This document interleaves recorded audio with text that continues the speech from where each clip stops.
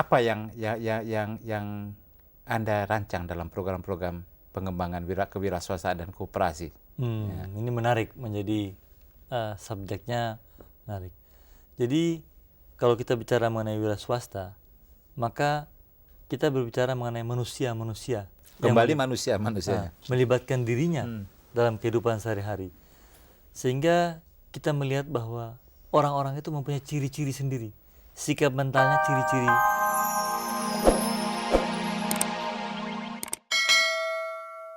Padahal kalau dikaji, kita seharusnya untung 10 juta. Bisa lebih ya. Kalau kamu baru untung 1 juta, seharusnya kamu nangis gitu ya. Karena ada 9 juta yang lost. Ya. Betul. Nah, ini bagaimana Anda menularkan atau menjelaskan hal ini sehingga menarik sekali, Mas. Ya. Ini yang saya sering katakan adalah kita harus rombak sikap mental kita. Terutama saya lihat teman-teman yang mungkin lebih muda dari saya, adik-adik saya. Ada banyak di antara yang lain tuh masih memiliki mental yang saya sebut mental arrive. Mental cepat puas diri terhadap apa yang dia capai. Kasus yang tadi juga katakan itu benar. Jadi di mental arrive, dia rasa bahwa telah sampai, selesai. Sudah dia bikin pesta, bikin ini, padahal dia lupa bahwa it's a journey. Satu perjalanan panjang yang harus ditempuh gitu. Nah ini, bagaimana sikap mental arrive tadi, itu kita robah menjadi sikap mental yang challenging. Penuh dengan tantangan, demi tantangan ke depan. Karena itu kan dia telah berhasil, seperti orang ujian lah, Mas. Kalau saya melihatnya ujian. Kita di sekolah, taman SD, tamat 6 tahun kita ujian. Berikut SMA kita ujian lagi. Perguruan tinggi kita ujian demi ujian. Kita begitu banyak kita mesti hadapi ujian-ujian ketika kita sekolah. Di masyarakat juga begitu. Kita dihadapkan sama ujian-ujian. Dan orang mengatakan bahwa, oh, Mas Tuan tuh berhasil, Mas. Kenapa? Oh, dia berhasil artinya dia telah berhasil lulus ujiannya, kalau menurut saya. Nah, jadi orang tuh dikatakan hebat dan berhasil apabila dia berhasil lulus di ujian yang tadi. Nah, kalau kayak tadi yang you katakan itu kan sampai sana sudah mental arrive, dia udah lupa, udah berfoya-foya dan sebagainya. Nah, ini mungkin yang kita perlu nalarkan sama-sama, cari ahli-ahli psikologi seperti Anda dan teman-teman lain untuk kita rombak ini. Untuk kita perbaiki barangkali. Itu yang menjadi dasar barangkali ya. Spirit, apakah demikian? Semangat untuk bertanding dengan diri sendiri, semangat untuk lebih baik. Dan ini sama sekali tidak bertentangan dengan Islam ya. Oh, tidak sama sekali. Islam itu betul-betul mengajarkan hal itu, sangat berkali-kali mengajarkan itu. Ya. Untuk selalu berusaha memperbaiki diri, melakukan evaluasi, ya. Tidak, istilah Anda yang pertama tadi, tidak menjadi takabur, Betul. ya. Tidak menjadi, ya, istilah yang barangkali tidak ada di bahasa Indonesia tapi seringkali digunakan, jadi jumawa, angkuh, ya, atau sombong. Apalagi seperti itu. Justru kerundukan itulah dari seorang pengusaha atau siapapun dia adalah tolok ukur daripada keakhlakan dia, keimanan dia. Ya. Bung Fadel, Anda muda, ya. Anda sudah berbicara ini. Kalau tidak salah Tua juga, Mas, sudah lebih 40 tahun saya.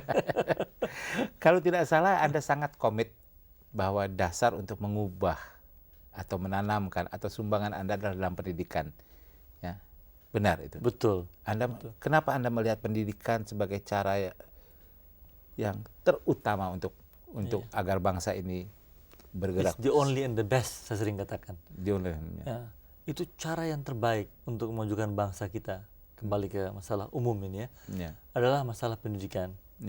Dan masalah pendidikan ini sangat penting. Ini harus betul-betul kita ajarkan, kita beri kesempatan kepada orang mengikuti pendidikan. Dan saya memberikan perhatian cukup besar kepada hal ini.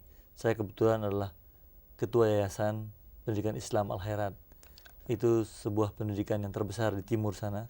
Saya ketua di kawasan timur ya. Di kawasan timur. Itu saya rasakan begitu terbelakangnya mereka, begitu kurangnya fasilitas dibandingkan dengan mereka-mereka tempat yang lain. Sehingga ya mungkin sekali waktu saya undang Mas Tono ke sana, lihat perkembangan di timur sana lah. Ini saya ingin lebih lanjut ya. Al-Khairat ini yang ada di pesantrennya di kawasan timur 150 ribuan orang saya dengar. Betul. Ya. Santri. Nah, yang Anda tanamkan apa? Yang sebetulnya Anda sebagai ketua yayasan tersebut, apa yang ingin Anda sampaikan kepada guru-gurunya? Ya, di samping pelajaran-pelajaran agama, ya, kitab kitab kuning atau apa, menanamkan sikap kerja yang baik itu, apa benar? Itu yang paling pertama.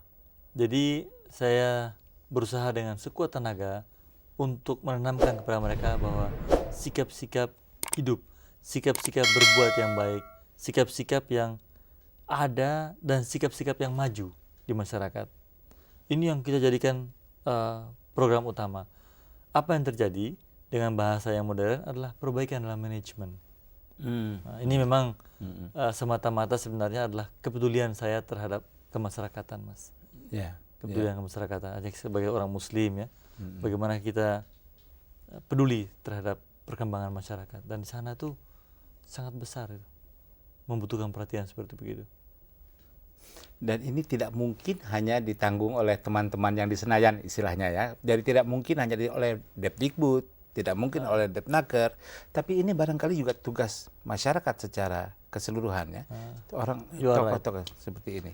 Saya kira ini yang kadang-kadang menjadi pembicaraan, bahwa kita melihat begitu banyaknya muncul pendidikan-pendidikan yang muncul di masyarakat. Kita kan hari ini Mas Tora mengambil topik mengenai sukses dan sebagainya.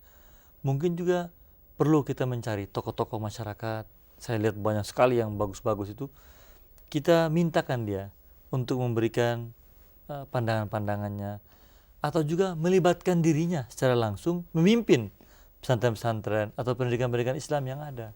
Jadi bagaimana kita mendorong mereka yang istilahnya tadi berhasil itu dalam tanda petik, bagaimana mendorong mereka untuk ikut memberikan peduli terhadap pendidikan-pendidikan, terutama pendidikan Islam ini, yang kita anggap saat ini perlu diberikan satu perhatian yang lebih saat ini.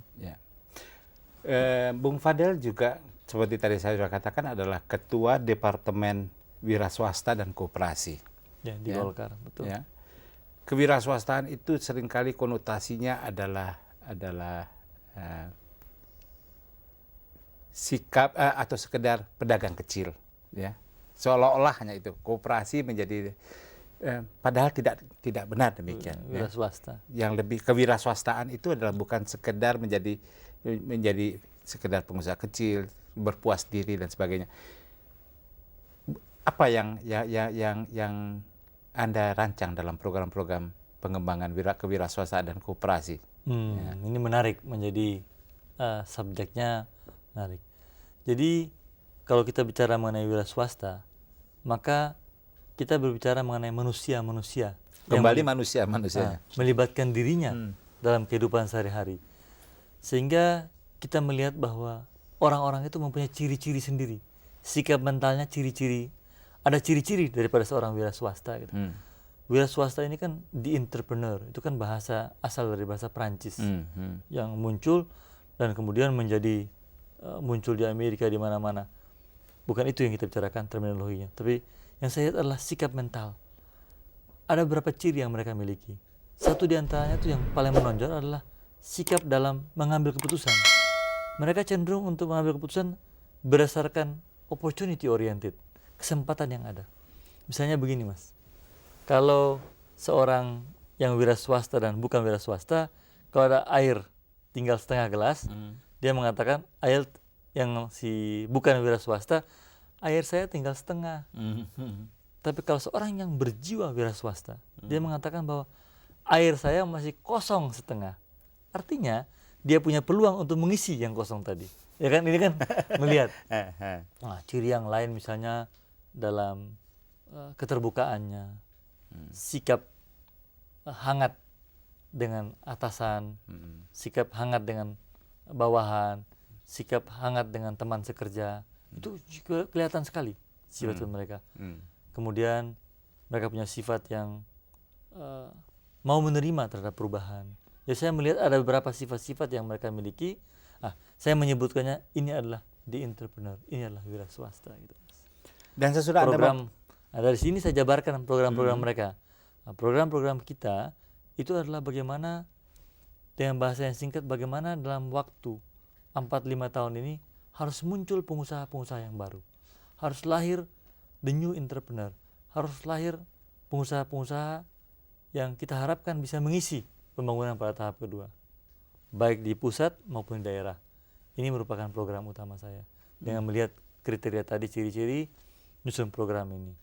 Dalam melaksanakan itu bermacam-macam program-program yang saya sedang siapkan. Dengan sepenuhnya tentu saja menempatkan bahwa sebagai ketua departemen dari Golkar Anda harus berdiri di semua golongan, tetapi dalam kaitan sebagai Muslim, ya, setelah Anda pelajari sikap-sikap kewirausahaan itu, adakah ada yang Anda temukan bahwa itu sebetulnya dilarang oleh Islam? Malah yang menarik sekali, Mas, adalah bahwa semua ciri-ciri itu sudah ada dalam Quran. Saya sudah menuliskan sebuah buku kan tentang wira swasta dan industri.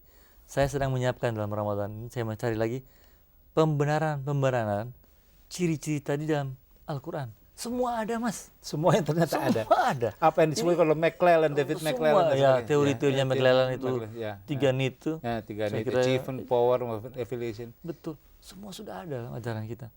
Mungkin bagaimana kita berpikir, orang seperti Anda gitu, untuk mendalami hal-hal tadi.